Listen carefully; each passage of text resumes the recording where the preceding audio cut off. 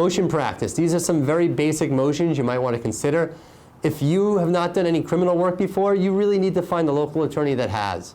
You really shouldn't be taking risks with people's liberties and records, criminal records, for your first shot at criminal practice. But there's something called standard omnibus motion in New York, and those change over time, but not dramatically. There might be a discovery motion or a bill of particulars demand, or there might be open discovery that we have in some. Again, the facial sufficiency we've talked a little bit about. Does the complaint set out every element of each charge? Speedy trial is a very important issue, and it's also important why you shouldn't always consent to adjournments. When you consent to an adjournment, you're locking your client into losing that time for speedy trial purposes later on. So sometimes you want to consent, especially if they've made an offer you're not sure if you're going to take.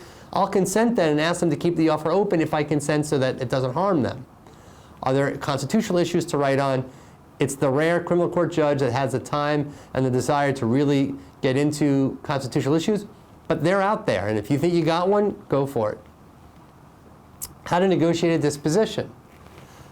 The most important thing to remember when you're dealing with civil disobedience arrests, protest arrests, is whether this is going to haunt this person in the future. I look for non-criminal dispositions. That is the most important thing I'm trying to do for this individual if they got themselves arrested during a protest. What does that mean, non-criminal disposition? In New York, we have 3 levels of statutes. You have the felony, you have the misdemeanor, and you have the offense, or the violation. So if somebody's convicted of a felony or a misdemeanor, that results in a criminal record. Sometimes a criminal record can go away at some point, but those are criminal penal law statutes, and you are being charged with a crime, and if you're convicted or you plead, you'll have a criminal record. A violation or an offense like disorderly conduct, harassment, these are violations and offenses. These are non-criminal dispositions. The most important thing is to make sure that if you're going to plea, you're in that world. You don't want to plea your client to their first criminal disposition. And so again, you should have had their rap sheet. If they've got 6 different criminal dispositions already, it's not as big a deal. And again, if they have 2, and this is a 3-strike state, and they've had 2 strikes already, that might be a very big deal. It also might be the difference between immigration issues and non-immigration issues when you're talking about criminal versus violations. So these are, again, issues you need to examine and understand, and if you haven't done this before, find somebody who has. The next thought is community service. And so sometimes you really have to consider community service as a quick resolution, especially if you can't get a disposition that day without it. Because if you're going to make the client come back to court at least one more day, if they were going to get 1 day of community service, they could be done in 1 day rather than coming back to court. The same thing with 2 or 3 days of community service.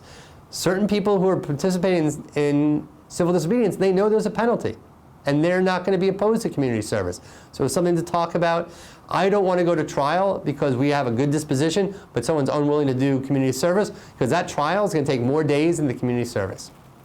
If there's a fine being imposed, find out there's a community fund to pay the fines, or some sort of NGO that might be out there, some group of activists, and sometimes look if there's court fees. In New York, you have something called an ACD, adjournment in contemplation of dismissal, and there's no court fees attached to that. There are court fees attached to both violations and misdemeanors. So you want to understand that before you plead your client out, and then find out later they don't have the money to pay that, or they didn't know they had to pay that. You want to be on top of it. That's it. That's protest lawyering part 1.